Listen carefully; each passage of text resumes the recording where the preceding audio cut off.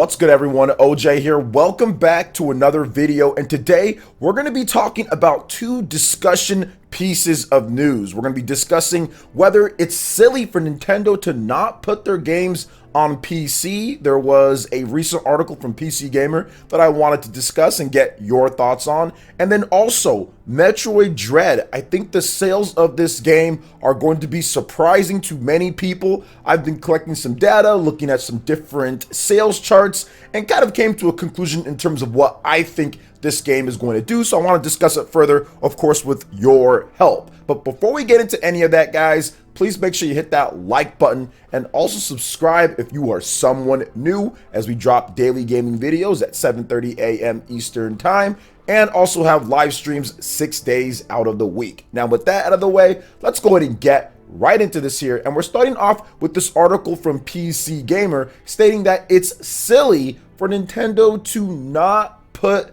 their games on PC. So there is a pretty big article. I'll have a link for you guys in the description. If you want to check out the full article, feel free to check that out. All right, but we are going to get into the crux of the argument here in terms of what this writer from PC Gamer had to say. So I do want to read off one of his main points, or basically the meat and potatoes of this article. So he says, ultimately though, I don't think PC ports would be the threat Nintendo expects. Microsoft and Sony have just been making increasingly large PCs for years, to the point that now it's almost seems silly to own a powerful PC and a PlayStation 5 or Xbox Series X. This is especially true for the Xbox, where there's almost complete parity with PC. We don't have exact figures from Microsoft, but apparently the Xbox Series X and the S marked the biggest Xbox launch ever, and it doesn't even have any system sellers. If Microsoft and Sony don't see it as a threat, Nintendo certainly shouldn't. Its consoles don't have anything that really compares. The Switch isn't just another PC, and like every Nintendo console before it, with the exception of the Wii U, it's loved for more than just the games available on it. Even a PC diehard like myself has to admit that there's nothing like the joy that comes from playing something on that lovely handheld, but I'm still waiting for a reason to buy one of the latest generation of consoles. But I always know I'll buy whatever Nintendo is making. So he does go on to say a bit more with that and talks about some other things, cannibalizing players and all that. But here's the thing that I'll say. I don't think he's necessarily wrong in his reasoning, so I'm not going to rip this to shreds or completely sit there and defend and say Nintendo doesn't have to do this and all that. We'll get into that in just a bit. But I do want to talk a little bit about what he has to say here, because he says that, oh, well, it's the biggest Xbox launch of all time and it doesn't really affect them, and they're making essentially the same as PC. Okay, I get that, but they're still last place. You know, like they're still last place. And while it's the biggest Xbox launch for them, that doesn't mean it's going to translate to complete success when it comes to Nintendo doing the same thing. You can try to do the same thing as another company, but that doesn't mean it's going to ultimately result in the same exact effect. And like I said, the Nintendo Switch and the PlayStation 5 are actually above the Xbox when it comes to sales with all of their current systems. And Microsoft, when it comes just down to it, they've never actually won, quote unquote, right, the most sales of a generation ever. So while yes, they are kind of more focused on PC and they've done that, has that actually got them the best sales? Now, when it comes to money and all of that, all of this, obviously, you know, Microsoft and Sony, they can make tons of money on PC gaming and all of that. And I agree, it might be good for Nintendo to put some of their classic games on PC or something like that. But I do think the more and more that I cover video games and the more that I look at these things, I think companies kind of just do what they want to do. And I think that companies just kind of say, hey, we're going to have this in our DNA and this is what we're going to do because we want to do it. And sometimes the pride of the companies kind of get in the way of that, which could look silly to some people, but at the same time, it's what they want to do. Nintendo feels that their unique hardware and their unique software, it's all intertwined.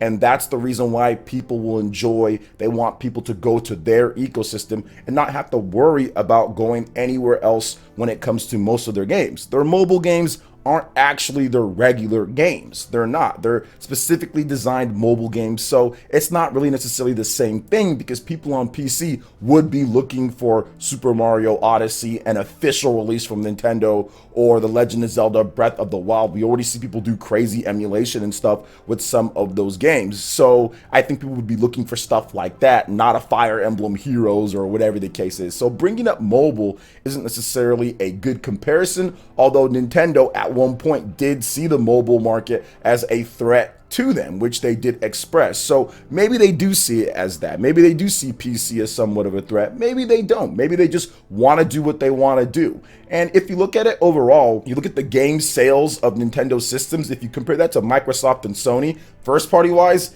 it's not even close. Especially in this generation, it's not even close at all. The Nintendo Switch by far sells more first-party games than Microsoft and Sony, so to have a direct comparison in terms of what they're doing and what Nintendo is doing maybe isn't necessarily the best bet, just because Nintendo sells so many games on their system, and a lot of people are like, okay, well, if I can't get it anywhere else, I guess I'll just get it right here, which gives Nintendo a bigger cut than maybe doing PC, right? So you also have to look at it that way. So I think that there are a lot of interesting discussion and arguments on both sides, but at the end of the day, a company is going to do what the company wants to do. Even if it's the best for them or not the best for them, they're going to make that decision. And whether some people think it's silly or if it's right or it's wrong, that's for anybody up to discuss and decide themselves. I personally see both sides of it, but at the same time, I think it's an interesting discussion nonetheless. And on the flip side, it's not like there are developers who just simply don't want to make games or put their stuff on the Nintendo Switch, and that's okay too. So what are your thoughts when it comes to it? I'd love to hear what you guys have to say in the comment section below. And also make sure you check out the poll that I do have on the channel discussing this. Go vote so I can see what the results are, and we can maybe bring it up in a live stream or talk about it again some other time. All right, now moving on to the next topic here, guys. I want to discuss Metroid Dread. Surprise, surprise.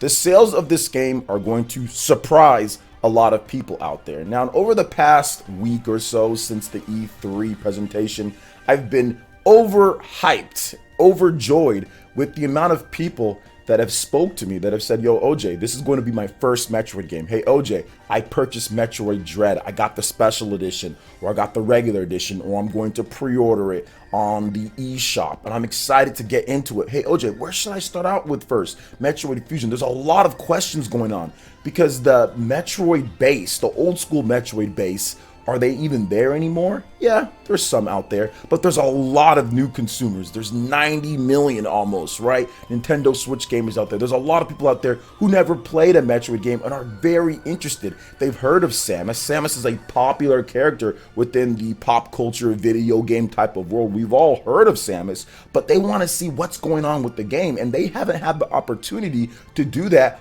on the Nintendo Switch, which really is the most popular system Nintendo's ever created outside of the Nintendo DS. Despite it not having the sales of the Wii, if you're looking at line it up when it comes to the sales of the system, this is going to be the most popular home console Nintendo has ever had, and the hype and the buzz surrounding it is absolutely amazing. And if you want to talk about for core games, not stuff like Wii Sports and all of that stuff, the Nintendo Switch is by far Nintendo's greatest system for core games because of those type of sales. They weren't selling Nintendogs and all that. They're selling 20 million copies of Zelda, 20 million copies of Mario, 20 million copies of Pokemon. So even the core games are selling better than ever on the Nintendo Switch, above what some of those other systems with higher install bases had. So the fever pitch, kind of like the drive, the appetite for the core gaming experiences on the Nintendo Switch have been better than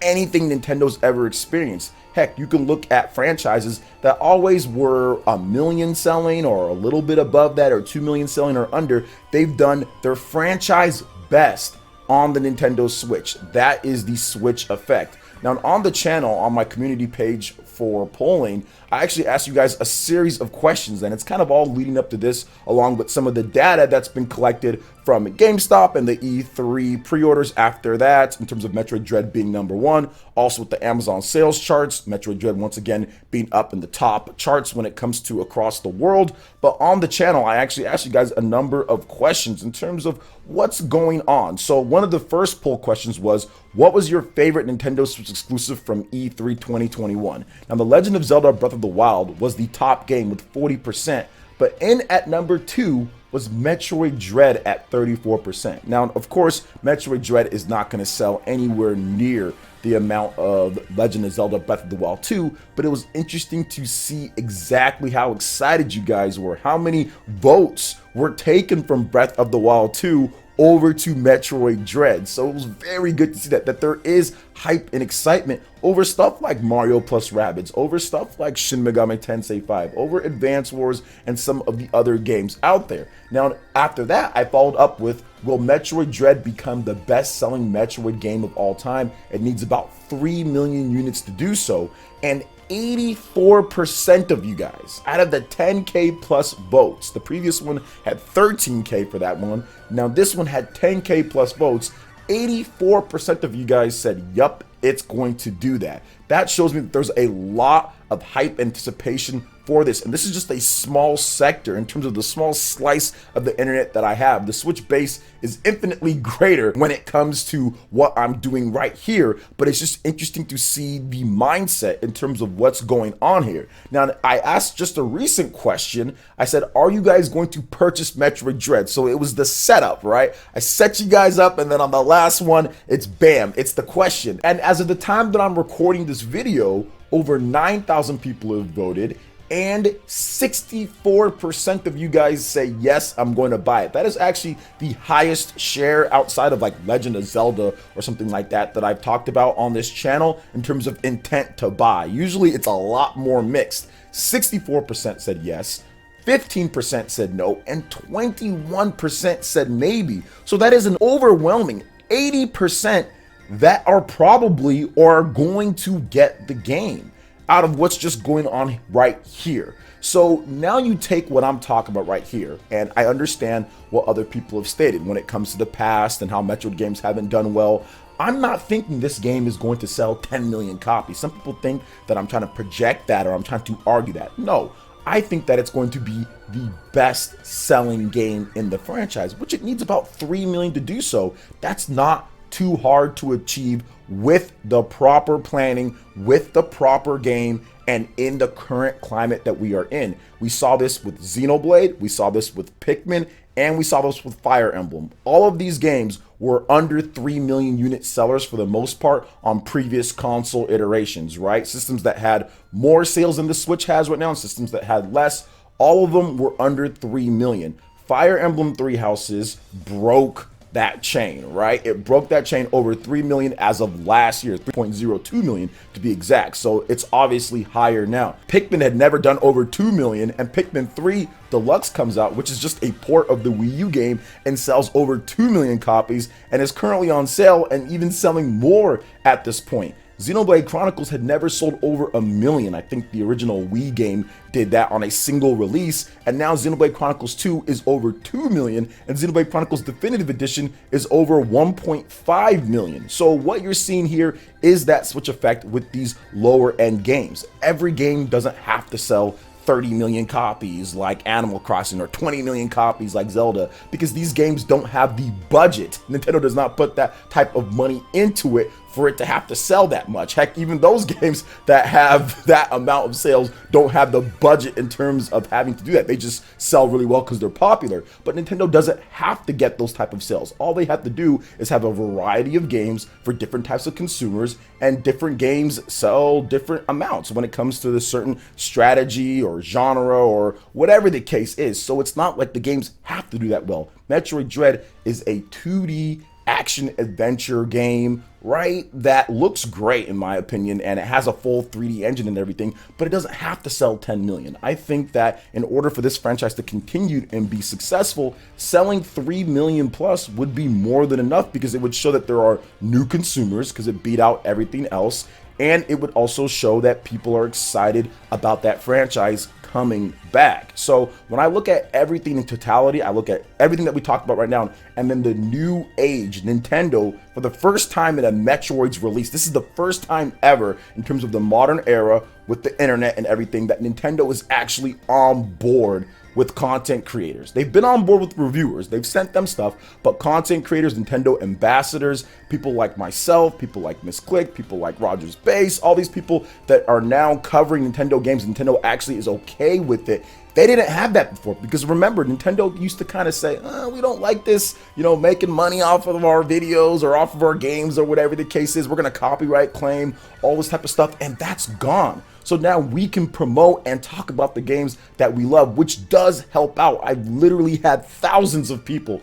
tell me, hey, OJ, you're the reason why I bought Fire Emblem. Hey, OJ, you're the reason why I bought Xenoblade Chronicles. Like, you're the reason why I bought these games. And that's just me and my small slice of the internet. Now you times that by all the different people that are going to be discussing Metroid Dread, because there's been a lot of buzz on this game. I think it's going to actually blow the sales up. People are underestimating the power of viral marketing. People are underestimating the power of the internet. People are underestimating the power of word of mouth with a franchise like this. This is exactly why Hollow Knight and some of these other games that have came out since 2D Metroid has been gone when it comes to a new game have done so well. The viral marketing, the videos online, people talking about it. Metroid is going to have that same effect here, along with the huge install base of the Nintendo Switch. So those are my thoughts. I think that it's going to sell past 3 million, which means RGT plays Balan Wonderworld, baby. Let's go. Do it for that. If you're not convinced that you need to get the game, do it for that, because that would be absolutely amazing. So what are your thoughts on what I had to say here? I'd love to hear them in the comment section below. All right, guys, that wraps it up for this video here. Check out the links in the description. We've got Twitter. Go and give us a follow on there. Stay up to date on all the latest gaming news and information. Also, make sure you like, comment, and subscribe, and share this video if you can. Thank you guys so much for watching, and we'll catch you for the next one. Peace.